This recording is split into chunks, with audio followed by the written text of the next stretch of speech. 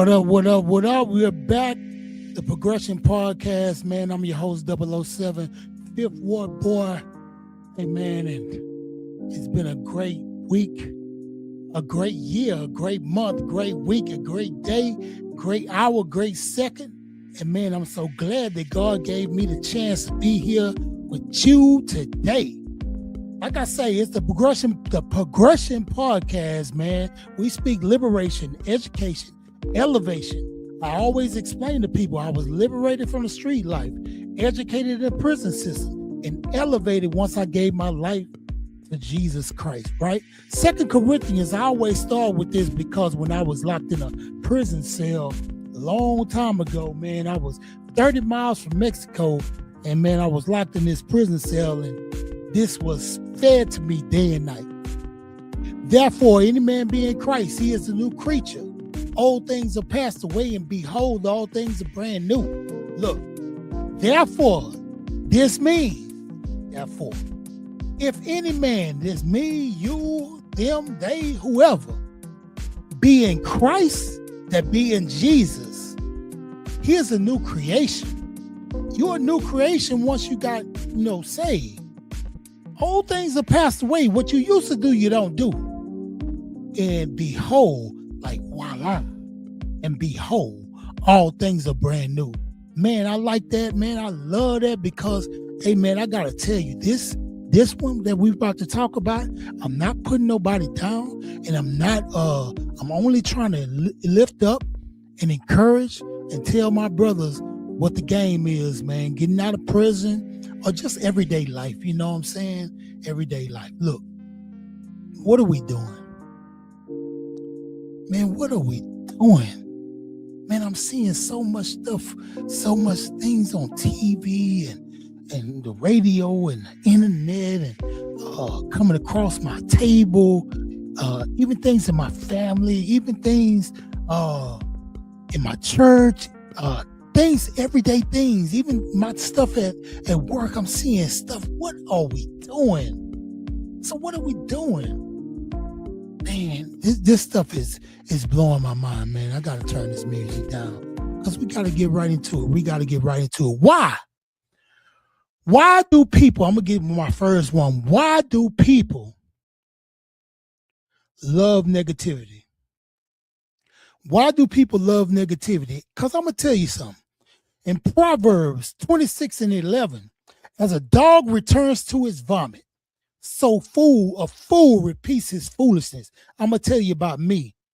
As a dog returns to his vomit, so a fool repeats his foolishness. I was like a dog in the streets that runs out to a car, gets hit by the car, and then goes back on the side and waits for a car and times it again to get hit again. That's how I went back to the penitentiary. I was there twice. Because I was that dog that returned to his vomit, that licks his vomit. You see it all the time. So do a fool return and repeats his foolishness. Why do we love negativity?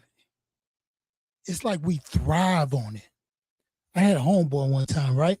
He used to tell me, he used to brag about his conquest, his conquest with different women other than his wife.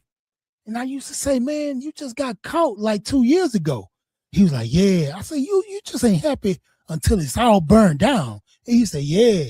He loved the calamity. It's like he loved the drama. I'm talking about, I guess him and his wife, they thrived off that. If it wasn't that, they would have been doing something else. But why do we love negativity? It's like we navigate to the negative, right? When something happens that's real, joyous, like a joyous occasion, it's always somebody that says, but what about this? But what about this? Jesus walked on water. They say, oh, that's just because he can't swim. Man, why do we love negativity? Hey, man, positivity is the way. If I wasn't positive that I was going to get out of prison, I don't think I would have. I don't thrive on the negativity, man. Hey, man, if you thrive on the negativity, I don't even want to be around you. I don't love negativity, man. Let me tell you something. Let me tell you something. I'm going back to what are we doing? In the headlines, and this might go over a lot of people's head because you're not in the hip hop world, and I am. And I love hip hop. I've been part of hip hop. I'm in the hip hop book, as a matter of fact, but I love it so much. And I see what's going on. Like I'm like the fire hydrant. I'm not in the streets, but I'm close enough to it to know what's going on. It's a guy named Poo Shiesty. I know you've heard of him, and some of you ain't. But Poo Shiesty was signed to a record label owned by a man named Gucci Mane, Roderick Davis. So Poo Shiesty went to prison after his fame, right? He had a big load of fame, right? So now he's just got out of prison. And man, he was burning hot. I'm talking about he in the halfway house, but he put out some music that's been burning hot, man. It's been selling, been taking care of business. It's been doing it on the airways, right? And I guess, allegedly, this is allegedly, he wants to get out of his contract with Gucci Mane to pursue bigger avenues, right? Maybe somebody told him, hey, if you get out that deal, I'll give you this deal and you'll be bigger than you ever been, right? So he calls Gucci Mane, allegedly, calls him and says, hey, we need to have a business meeting and I need to be let out of my contract. The story goes, Gucci flies in for the meeting and gets robbed, gets a gunpoint made to get him out of his contract, all kind of stuff, right? What are we doing? Hey, man, you just got out of prison. I don't know. I think you did 5 years or 6 years or something. Got out of prison, man. You had the ability to walk out that place. And now, before you even get the monitor off your leg, you do some gangster stuff. Hey, man, let me tell you something. What you feel is gangster, but it's really foolish. It's not gangster. That's not gangster. Gangster is handling your business, taking care of your family, and now everything might crumble. Everything might crumble. As a dog returns to his vomit, so does a fool repeats his foolishness. Poo Shiesty, if it's true, had no business being outside doing what he was doing. Right? So then, I was saying, why do we love negativity? What are we doing? Let me tell you something. Before upward mobility begins, inward maturity has to be present. Before you take that leap and go far and all that stuff, you got to be mature enough to handle that level, right? You got to be mature. Like, I can't give my little kid the keys to the car and say, hey, man, give him that kind of responsibility and say, hey, man, go to the store and give me something to eat. He never drove before. He never been in that position. He don't know how the cars go in the car. He don't even know how to operate a vehicle. But if I give him the keys, he had to have some maturity to handle that. To gain upward mobility, you got to be mature. And if you're not ready, that's why I say my guys in prison. I tell my boys, I just got there last week. I was at Pam Lynchner and some guys was being let out. And I was speaking to them about, navigating this world. And I was telling them about, I know we make a lot of plans when we're in prison. We make a lot of plans, right? But plans do fail. Some plans do fail. But I was telling them the goal is to stay free.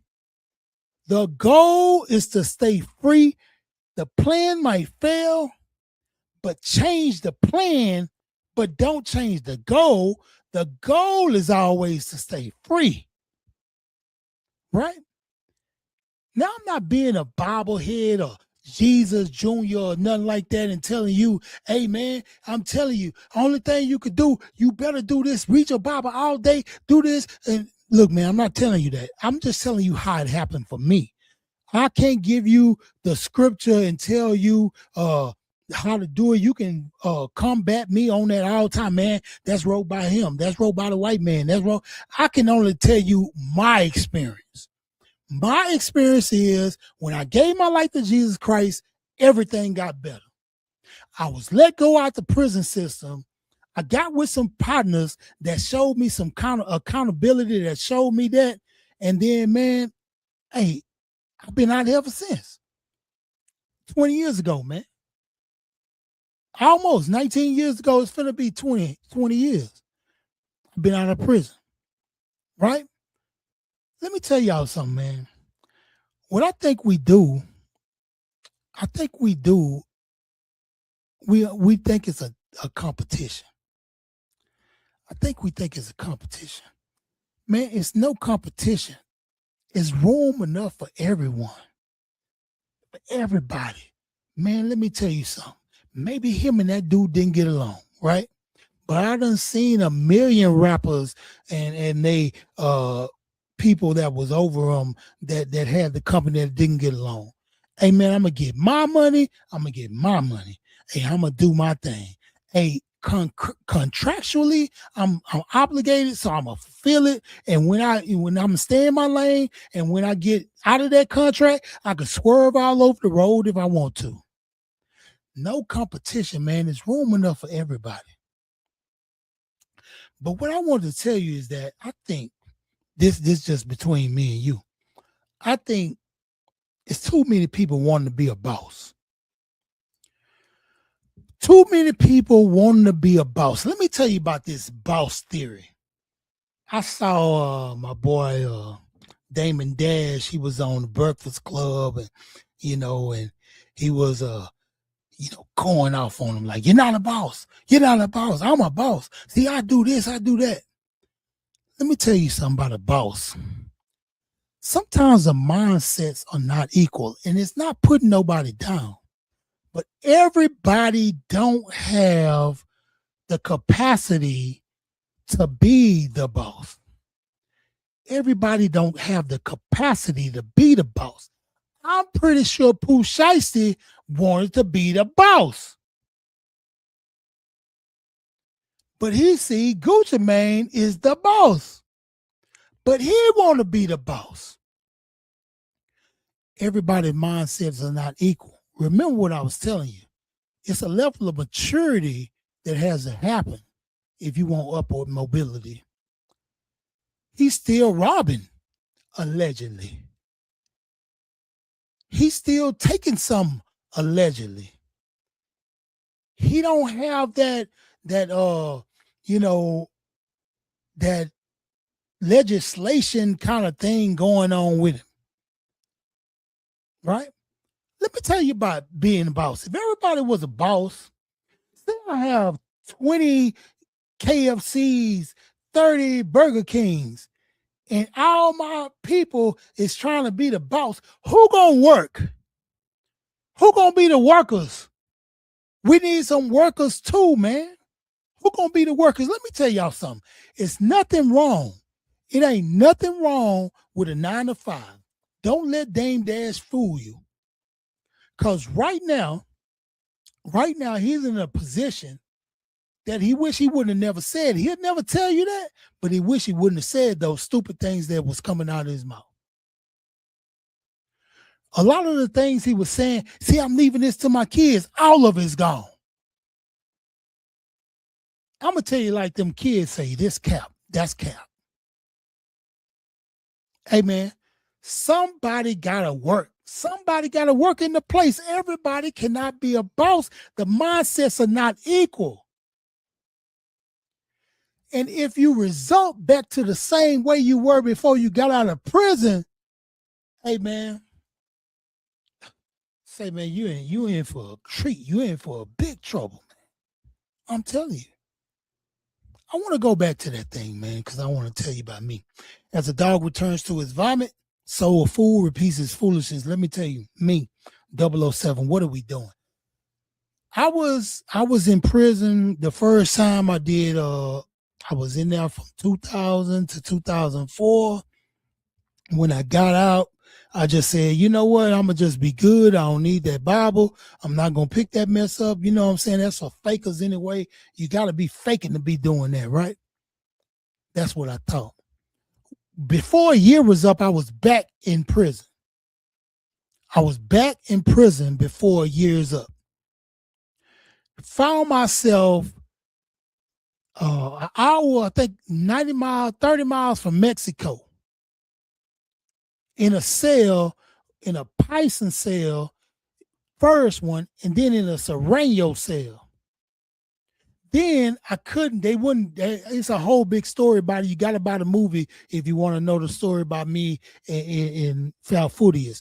But I had to get in a 23-hour cell, 23-hour lockdown. Only 1 hour was out, but it really wasn't out. All you could do is see the sky. You had walls all around you. All you could see is the sky. And I stayed in there. When I was released from that place, I really knew something. I had did everything I needed to do to get out here and not be premature. Let me explain that. A woman, when she's pregnant, the baby is inside her. She got to eat right. She got to take prenatal vitamins. She can't smoke. She can't drink. She can't do anything negative to the baby. You know what I'm saying? Because that could cause premature labor. And that's what happens when we just, try to live that life of, prison life, instead of getting everything in us not to ever come back, right? Hey, man, don't be premature when you get out of here. If everything that I say is true, well, everything they say is true that happened with the situation, hey, man, the man was premature when he got out here. Then you gave him a whole bunch of cash. That made it real worse there. That made it worse. Hey, man, like I say, man, what are we doing? Hey, man, we just love negativity. And let me get to my last thoughts, man. Let me get my last thoughts, man. I want to thank y'all for subscribing to my YouTube channel. I've been down on the social media for a while, but I'm back. A few people can catch me. Man, I've been doing a lot of prison ministry. It's been great. And man, I want to thank y'all. My last thoughts. Wake up. It's not a dress rehearsal. We dressed up, but it's not rehearsal. It's real life. Man, them people is not playing with us. And both sides are laughing at us. Both sides. And I'm talking about, you know what I'm talking about. They laughing at us and we laughing at us. I'm like, man, I'm not going to be entertainment for everybody. Right? If I can't entertain the right way, I'm sure not going to be on the news entertaining with my hands behind my back. Say, man, when you deal with these feds, man, or you deal with the state, I don't care who you deal with. When you're dealing with these police officers and judges and all lawyers and all that stuff, hey, man, it's not meant for us. Wake up. This is not just dress rehearsal. This is real life. The play done started. Hey, man. Hey, 007, man, I love y'all. Man, I'm glad I got through this episode. I done did it by 18 times. Hey, man, I love y'all. Peace.